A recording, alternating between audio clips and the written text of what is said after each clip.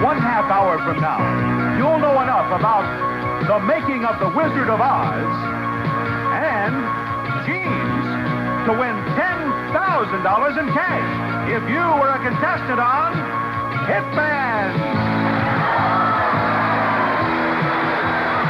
And now here's the host of Hitman, Peter Tomarken. Thank you.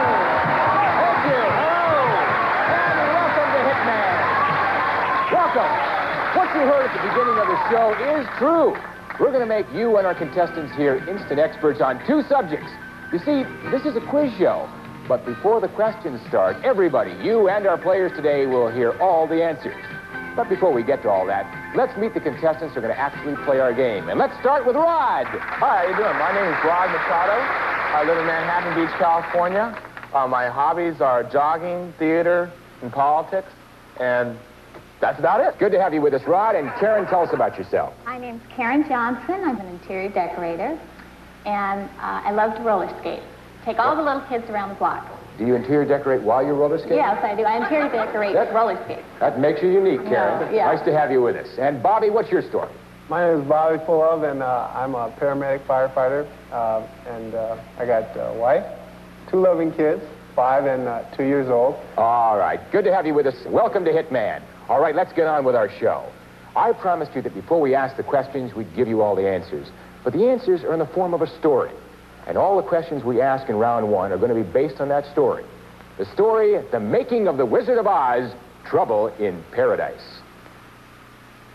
We're off to see the wizard, the wonderful Wizard of Oz. How much trouble can you get into while making a nice movie like The Wizard of Oz? A lot, as the movie's producer, Mervyn LeRoy, found out. The first problem was casting. For example, Buddy Epson was the original Tin Man. But 2 weeks into the filming, the aluminum facial dust he was wearing sent him to the hospital with a breathing problem. So actor Jack Haley became the Tin Man. The aluminum paint he used was much safer. All he got was an eye infection. Another casting problem was Glenda the Good Witch. Billy Burke wound up playing the part because a starlet named Helen Gilbert, who was the original choice, disappeared when she ran away with Howard Hughes. And as everyone knows, a good witch is hard to find. Once the casting was finished, the accident started. Margaret Hamilton, playing the Wicked Witch, burned her hand when she disappeared in a puff of smoke in Munchkinland. As a result, she wore a green glove over her hand for the rest of the shooting. On her first day back on the set after the accident, she was scheduled to do the scene where she skywrites the words, "Surrender Dorothy," while on her broomstick. She was assured the shot was safe and was given a fireproof costume. Miss Hamilton, who was no dummy, refused to do the shot, asking the question, "If it's so safe, why do I need a fireproof costume?" So her double took over and wound up in the hospital for 11 days. Then there were the Munchkins, played by a group called Singers Midgets, who were kept in the Culver City Hotel. It seems that every night the Munchkins either couldn't get along at all or got along too well, if you get my meaning, causing the police to rush over and untangle the little rascals. The special effects problems were huge as well, like finding something that would photograph like a Kansas cyclone. You know what they finally used? A lady silk stocking being blown by a fan. Some of the studio executives didn't help much either. After a sneak preview in San Bernardino, they decided to cut what they called that Rainbow song out of the movie because they felt that it slowed down the picture. But MGM studio head L.B. Mayer decided to keep it, and so Over the Rainbow became Judy Garland's theme song for the rest of her life. Incidentally, Judy worked cheap in those days. In fact, the only principal actor in The Wizard of Oz who was paid less than Judy was Terry, the Cairn Terrier who played Toto. And what did MGM get for all its trouble? A lot less than you'd think. The film cost around $3 million, and it wasn't until it was sold to TV in 1960 that it started to make money. You see, even though it was a box office hit, most of the audience were kids who paid a reduced rate. But if The Wizard of Oz didn't make a whole lot of money, it sure made a whole lot of magic. The next time you see it, just check out how warm, happy, and, well, homey it makes you feel. Why? That's easy. Because of the wonderful things it does. that's our first story. Our game is played in two very different rounds. In round one, our three challengers will be fighting it out amongst themselves to determine which two of them are going to go on to do battle with our reigning champion later on in round two. We make that determination by running a little race. I'm going to read a series of questions based on the story of the making of the Wizard of Oz. Challengers, if you buzz in with the right answer, your man will move his face. But if you buzz in with the wrong answer, your man will not move, and you'll have to sit out the next question. Whichever two of you crosses the finish line will be the two players who will be challenging the champion in round two. The player who comes in third is regrettably out of the game. Okay, challengers, put your hands on the buzzers, because here comes the first question. Over the Rainbow became the theme song of what actress? Rod. Judy Garland. Judy Garland's right, and Rod's the first one out of the box. All right. Who was played by a group called Singers Midgets? Bobby. Munchkin. Munchkins is right, and Bobby makes his move. What words did the Wicked Witch skywrite while on her broomstick? Karen. Surrender Dorothy. Surrender Dorothy's right. Everybody's out. Very nicely done. What actor was cast as the original Tin Man? Bobby. Buddy Ebsen. Buddy Ebsen is right. Bobby forces into the lead. What object was finally used which photographed like a Kansas... Karen. Ladies, nylon stocking. Silk stocking, yes, it photographed indeed, and you move out, and even with Bobby. All right. Name the actress who played the Wicked Witch. Bobby. Henry. Margaret Hamilton. Margaret Hamilton. All right, Bobby, that means you've got to sit out the next question, as we can see by the fact that the light in your podium is out. So we now go to Karen and Rod, and here's your question. What character was played by Terry? Rod. Toto. Toto's right. And Rod moves up even with Karen. We got a three-way tie. Bobby's back in the game, and here's the question for all three. Name the character who disappeared in a puff of smoke. Rod. The Good Witch. The Good Witch, no, I'm sorry, it's the Wicked Witch. No, that almost disappeared in a puff of smoke itself. Rod, that means you're out for this next question. We go to Karen and Bobby, and here it is. With whom did actress Helen Gilbert run off? Bobby. Howard Hughes. Howard Hughes is right. Bobby forces into the lead. Let's bring Rod back in the game. We're back to our three challengers. Here's the question. What movie studio made The Wizard of Oz? Rod. MGM. MGM did. Rod moves up even with Bobby. What was the first name of the Good Witch in The Wizard of Oz? Bobby. Glinda. Glinda's right. All right, Bobby, that puts you one step away from being our first winner, and only Rod and Karen can stop you. Here's the question. What caused Buddy Ebsen's breathing problem? Bobby. Aluminum dust on the face. You got it, and you're the first winner. Congratulations, Bobby. Okay, we know we're going to be seeing you in round two. And let's find out which of the two, Rod and Karen, are going to join you. So you sit back and relax while Rod and Karen fight it out. All right, Rod, Karen, here is your question. What song did MGM executives want to cut? Rod. Over the Rainbow. Over the Rainbow is right. All right. Rod puts you one step away from being our second winner, and Karen, you know there can only be two winners, so you got to make your move now if you're going to make it. Okay. Here's the question. When the Wicked Witch disappeared in a puff of smoke, what land was she in? Karen. Oz. No, Munchkin Land. Munchkin Land. That means you got to sit it out. Karen sits it out. We go to Rod. Now, Rod, we're not going to penalize you if you don't know the answer. Okay. So if you do, buzz in. If you don't, just don't press your buzzer. Okay. This question's all for you, Rod, and obviously if you get it right, you are our second winner. Here it is. What happened in 1960 which caused the Wizard of Oz to start making money? Rod. Went on TV. Yes, it went on TV, and you're our second winner. Because that means that you and Bobby will be battling the champion in round two. Unfortunately, it means we have to say goodbye to Karen. Karen, you played a great game. We've got some lovely prizes for you, and I thank you for being on Hit. Thank you. All right. In a moment, we'll be right back to see how our two challengers do battle against the champion in round two, right after this.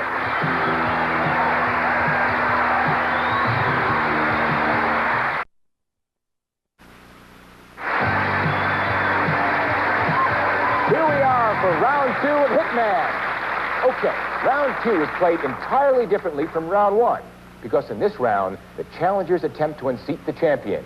Therefore, let's introduce our champion, Laura Wernette. Hi. Hi, Laura, how are you? Great. How are you doing? Now, let me explain that since this is our first show, Laura kind of had the cloak of championship thrust upon her because before the show we had a drawing and Laura won, so Laura became the champion. But we need to know something about you, Laura.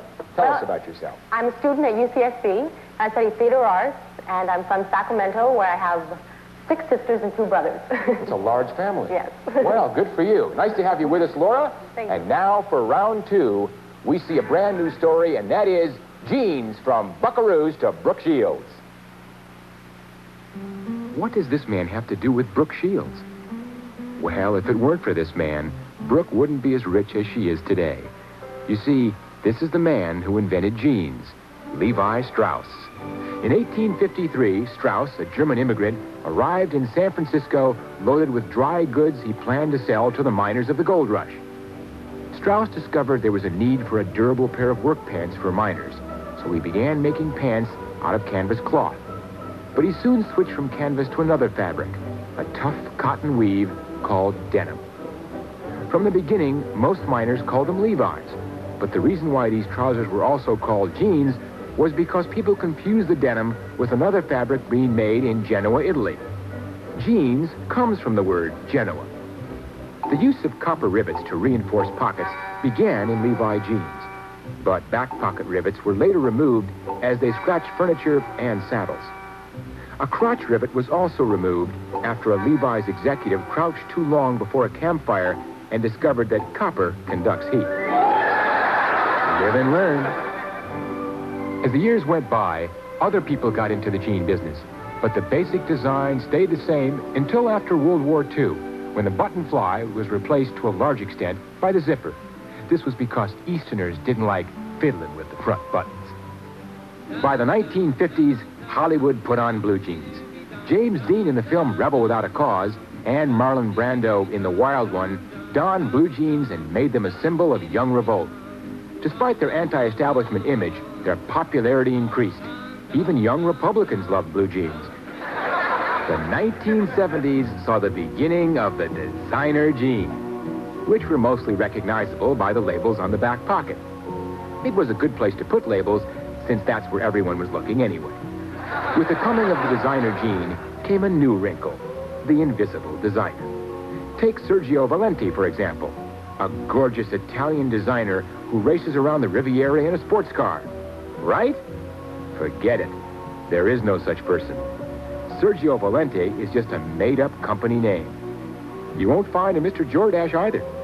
The name Jordache is actually a combination of the first names of the 3 Israeli brothers who founded the company. Everybody's got a designer jean. Even Goodwill Industries is selling used jeans with the Morgie label on the back, named after a Methodist minister named Morgan. If you're buying a pair of designer jeans, be careful. Counterfeit jeans may take up to 10% of the designer market. What's the tip-off to counterfeit jeans?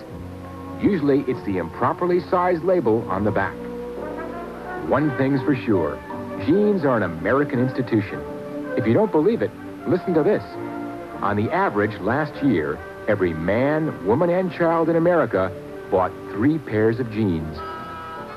If he were alive today, Levi Strauss would be sitting really pretty, as long as it wasn't next to a campfire. And that's the end of our story. This is the board upon which we're going to play round 2. And Bobby, you came in first in round 1, so you get 4 hitmen. And Rod, you came in second, so you get 3 hitmen. And that's a total of 7. So to keep things even, Laura, the champ always begins with 7 hitmen, and here they are. Now, in this round, the champion is going to fight each challenger one at a time. Players, a right answer knocks out an opponent's man. A wrong answer knocks out one of your own men. But when a challenger loses a man, he must stop playing while the champion then takes on the other challenger. The champion is trying to wipe out all the challenger's men, while each challenger is trying to wipe out the champion's last man. The winner of the game will go on to try for our triple crown worth $10,000 in cash. Okay, Bobby, because you were our first place winner, in round 1, you get to decide who fights the champion first, you or Rod. Who's it going to be? It'll be me. You're going right for it. Yes, sir. All right. That means that Laura and Bobby are going for it, and here's your question. Name the man who invented jeans. Bobby. Levi Strauss. That's right. The champ's hit and loses a man. What charitable organization has a designer gene? Bobby. Goodwill Industries. Goodwill is right. The champ's hit and loses another man. Champ's in for a battle. All right. What were Strauss's jeans called from the beginning? Laura. Jeans. I mean, No, it's Levi's. Levi's. That means the champ's hit and loses another man. Okay, we're still with Laura and Bobby. What was first used to reinforce the pockets in Levi jeans? Bobby. Copper rivets. Copper rivets is right. Champ's hit and loses another man. Down to 3 men, Champ. In what film did James Dean wear jeans? Bobby. Rebel Without a Cause. Rebel Without a Cause is right. Laura's hit and loses another man. This is a real battle, Laura. You got to come up now. Here we go with your next question. Jeans are named for what Italian city? Bobby. Genoa, Italy. Genoa is right. And Laura's hit and loses it in. Laura, you are down to your last hit man. Needless to say, if Bobby answers this question correctly, he's the new champion. So here is your question, Laura and Bobby. Why was the crotch rivet eliminated on Laura? because he leaned over to the fire and it condensed heat. All right, you're right, and you saved off Bobby, who's hit and loses a man. And now you're back over. Rod, you didn't think you were going to even get to play. I was wondering. Well, it's your chance now, and Rod, now you're in the driver's seat, because if you answer this question correctly, Laura is not the champion anymore. You become the champion. So you get a real opportunity. Rod, Laura, here is your question. Levi Strauss first planned to sell dry goods in what city? Laura. San Francisco. San Francisco's right, and Rod's hit and loses a man. And we go back over to Bobby. Laura, you're really fending him off. And you're back over to Bobby. Now, Bobby, you're in the driver's seat. Again, if you answered correctly, you're the champion. Here's the question. What is the name of the designer jeans sold by Goodwill? Bobby. Morgies. Morgies is right. Congratulations, Bobby. What a chance. Rod, you played well. You didn't get much of a chance, but you played well. You won $200 in round one. I thank you for playing Hitman. And Laura, you had to fight both of them. Yes. But you did well. And I thank you for playing Hitman. And now we're going over to Bobby, who's our champion. You're going to have an opportunity, Bobby, to go for our Triple Crown for $10,000 in cash. And we'll see how he does right after this.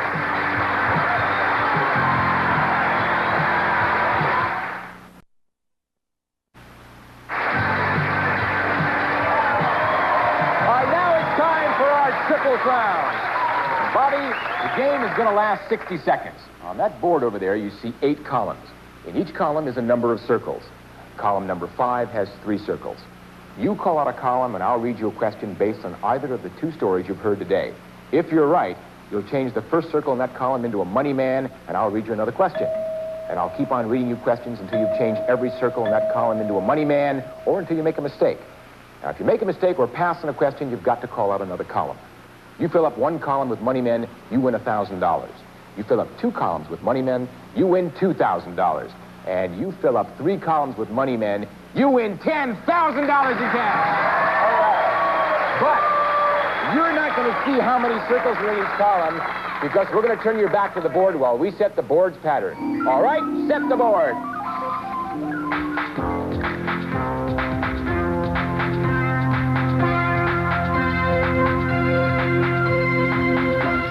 The game and the clock will begin when you call out your first column, and Bobby, may all your columns have very few circles. Call out your column. 1. 1. What problem did the aluminum paint cause Jack Haley? Just an eye irritation. Right. Where are the labels on designer jeans? On the back pocket. Right. Who paid a reduced rate to see The Wizard of Oz? Children. Right. There's your first column. Call out another. 2. What brand name jean is a combination of 3 first names? Jordache. Right. The Wizard of Oz cost how much to make? Pass. Another column. Call another 3. column. 3. What color glove did Margaret Hamilton have to wear? Green is right. There's your next column. Call another. 6. The zipper fly replaced buttons to a large extent after what war? World War II. Right. In what decade did Hollywood put on blue jeans? 50s. Right. Name the man who produced The Wizard of Oz. Melvin Leroy. Right. To whom did Levi Strauss plan to sell dry goods? Minus. Right.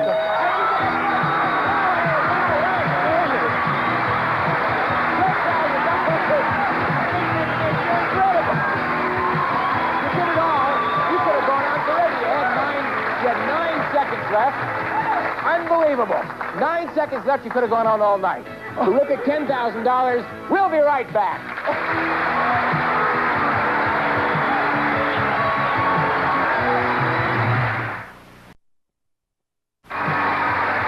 All right, Bobby, I know you're still a little numb, but let's take a look at what you won. You won $10,000 on the Triple Crown, plus $300 in round one, for a grand total of $10,300. Congratulations. And tomorrow, you'll be back and maybe get another crack at another $10,000. See you tomorrow. Bye-bye. Some of our players were seeing West Bend's 12-inch automatic stove dishwasher safe with durable non-stick surface and thick aluminum construction for delicious roast ham poultry as well as quality dishes. And World Book Encyclopedia 2-volume dictionary containing 2,400 pages, 3,000 illustrations, and more than 225,000 entries. And enjoy a delicious hand-packed Baskin Robbins ice cream. Your choice of 31 flavors to give you that 31 feeling from Baskin Robbins ice cream.